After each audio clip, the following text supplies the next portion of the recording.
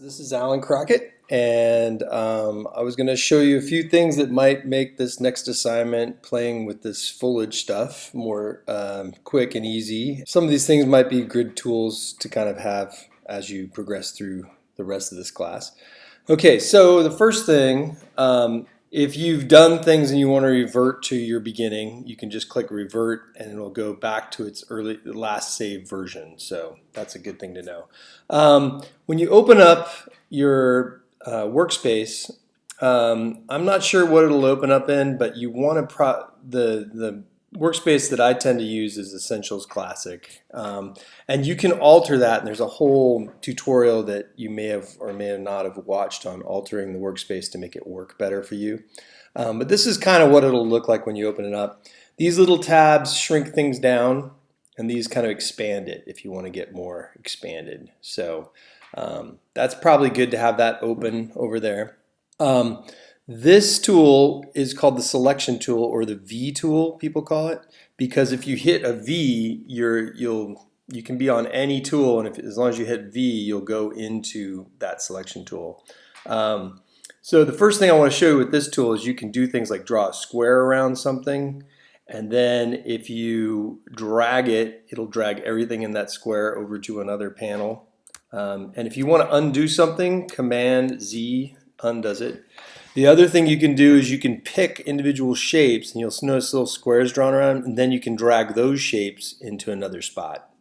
You can also pick a shape, and while it's highlighted, you can push the Option button and then drag it, and it'll make a copy of it. So that's a really good tool if you want to try to make a copy of something. You can, if you don't push Option and you pull it, remember it moves it away. But if you do push Option and you pull it, you can make a copy. So you can kind of see the effect of that. When it's selected too, you can actually rotate when it gets to the little, you guys probably are familiar with this, when it gets to that, you can rotate your shape all the way around. You can also stretch it out and make it bigger. You can make it not bigger non-proportionally, but if you hit Shift, while you're dragging, it'll always drag it in proportion. So that's a good trick to know. With the selection tool, you can select something, like there's this line, because this is for a card. You can select it and you can then click delete and you can delete it. You can also, while it's selected, change the color of it. And when you open up this Essentials, it comes in 2 bars. I kind of prefer the 1 bar look, but it's up to you what you like, how you like to work. The 1 bar kind of gives me more workspace. So like if I want to change the color of this, I basically go to my swatches. And if you're not seeing the swatches, you can go to Window and go down till you see swatches, and you'll notice it's checked because it's exposed.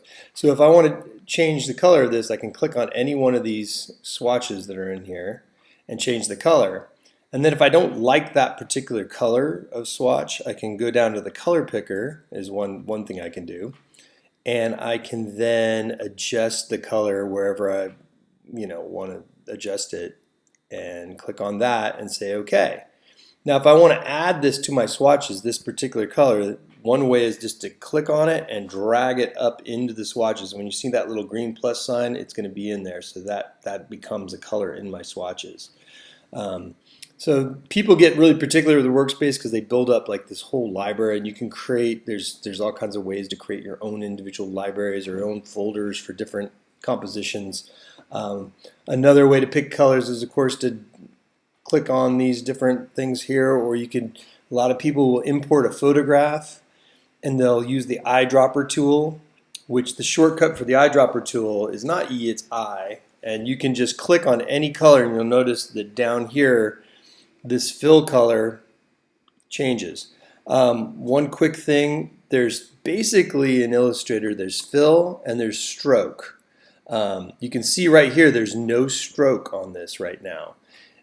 Just the fill is being selected. So if I go back to my V tool, I can click on that, and you notice I clicked on this and I made the stroke a gradient because that background is a gradient. So I stole that gradient with the eyedropper, which is a kind of a neat trick to remember. If I wanted to do a stroke here, because it has a red line, that means that it's not a stroke. So I'm going to click on one of these colors, let's say this one, and that's going to be my stroke. And one in this case is pretty small, so you have to kind of enlarge it to see what that looks like.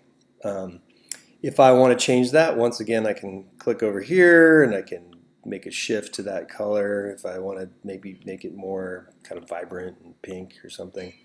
And it's a good idea if you find a color you really want to save it in some way into your swatches if you want to reuse it. If for instance you want to switch between your stroke and your fill, you can click this little button and it'll just change the two of them around, which is convenient. So that's a good trick. And if you ever just do something you don't want to do, remember to just do Control Z. Now if I want to zoom in so I can see things better, one way you can zoom in is Command 0, and that will just zoom in onto whatever your last artboard you were on. Like if I was on this artboard and I did something over here on this artboard, say, right, and I did Command 0, I would zoom into that artboard. With this selected, I'm going to show you a little bit about the direct selection tool. So like if I were to click on this with the direct selection tool, you can begin to see all the little anchor points that create this vector shape and how those are created.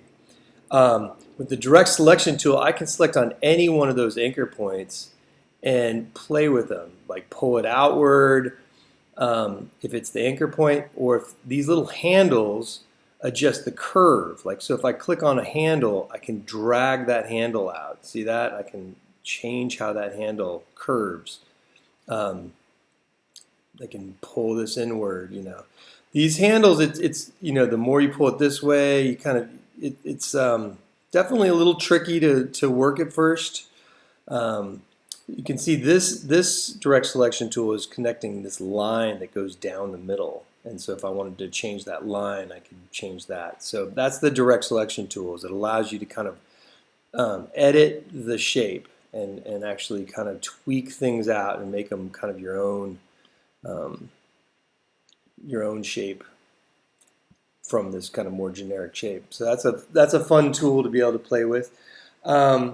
Another little quick trick is the effect. You can do distort and transform, and there's all kinds of great things to play with in here. There's the one I tend to use a lot is just transform objects. You can change the angle of them, and that'll just like turn it. You can have it then anchor at a certain point, and you can make how many copies you want, like 2 or whatever, and you can get a whole bunch that way. And that's another great tool there. The other thing you're going to probably play around with is as you're selecting these things out, you're going to want to get to certain shapes in there to play with. Sometimes when you have 1,000 layers like this, like you can see all these layers. One way is to kind of go and click off the visibility of layers so you can't see them anymore, and then you can get down to the layer you may want. Another way is just to kind of, since you don't care about this, is just to move things away from what it is you're trying to select and kind of give yourself some space. And this might be the easiest way in this as a collage, is to kind of take these items apart so that you can then kind of play with them and do your own stuff with them. So anyways, you can drag stuff like in a group over. You can move this hand that they did. You can kind of take this whole water feature over here. But what I'm really interested in is trying to get to these plants because I kind of like this plant shape a lot. So I'm going to select this whole thing with the little rectangle, right?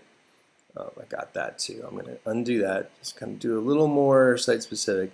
And then I'm going to do the Alt Option and drag, and I'm going to drag that into my other composition here. So I'll grab, boom, I've got this cool shape to play with. Then I can do things to this shape. I can make multiple copies of them, so I can kind of play with it. I can then use that and I can then group it so it's all one thing. Because if you were to look at the shape, you can kind of move one thing at a time. So I could, if I wanted to, I could make different versions of this where, say, some of these leaves are a little wider. I could even do the transform on these leaves, or I mean the scaling thing, and kind of move them into place.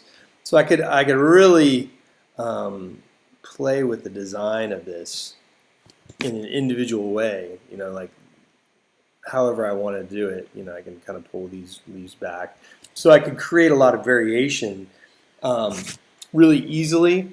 And I could then select this entire, well, not that, select this thing.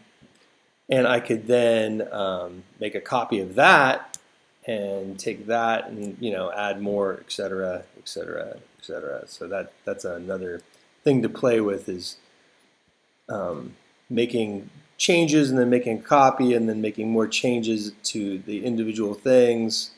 But let's say I want to just make, I finally am really happy with this thing and I want to make it into another group. I can actually then go object, once it's selected, object, whoops, select this whole thing. Let's see.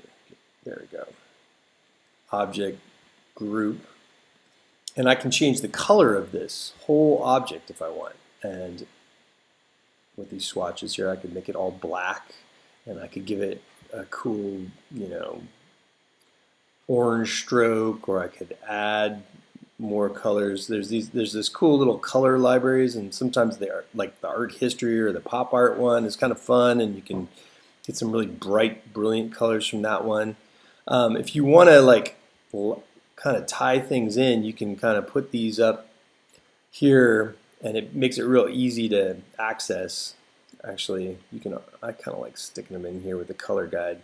But anyway, if you want to do individual strokes on some of them, like this one could have a red stroke, or whatever you want to do. So that gives you a bunch of stuff to play with. The last thing I was going to show you before I kind of close off is how to create a background really simple.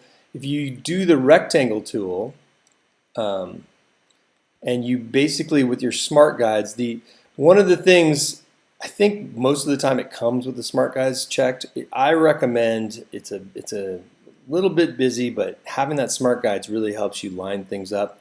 So you can see these little lines as I'm moving around. Those are telling me that I'm lining up with things. Like right now, it's my rectangle tool, which is selected, is lined up right with the edge of my artboard. And so you can see when it finally does click in, it says, okay, yeah, you got it lined up. Boom. And so right now I've got that whole thing, remember Command 0, it's black, right? And so you can't see anything. If you go to Object and you go to Arrange, you can send it anywhere you want. In this case, I'm going to send it to the very background. And so by having this cool black background, it just, kind of opens up this thing and makes it look really sweet. So if you want to unselect, go to your V tool and click anywhere, and it'll unselect that, that whole artboard. You can click off of it if you want to see the edge. So anyways, a cool thing, you can even create borders by doing another rectangle that's a little smaller, and like this red border here could be kind of a fun thing to play with. Because I had the red stroke selected, this happy accident happened, I can actually use that to create this cool red border. So that's something I didn't anticipate. But you can play with these things and be creative, and I mean, just look how the stroke, because of the black on the inside, turned out. Anyways, be creative, mess around with the colors, do all those things, and when you're finally ready to share it with the class, you're going to go to File, Export, and then you're going to export as, and that's key there. Export as, and then you're going to be asked what you want to name it, and please name it something that talks about what it is. Black background or whatever. Whatever it is, and then format it as a PNG. That's usually kind of it's the best thing for the internet a lot of times because it has a transparent background. Unless you want the white background, then you want a JPEG. And then you're going to say use artboards. And because this is on artboard 2, if you look down here, see that little 2? Artboard 1 and 2 are accessed by right here. We're actually on artboard 2, so we want to say range, and we want to say just 2. We just want to export 2. And it'll show you a little preview of what you're exporting, and then you can just say, cool, okay. And that should give you a bunch of stuff to play with, and you should be able to pull something kind of cool off. All right, so let's see what you do, and when you post it, make some comments on people's work, and keep experimenting. Okay, bye.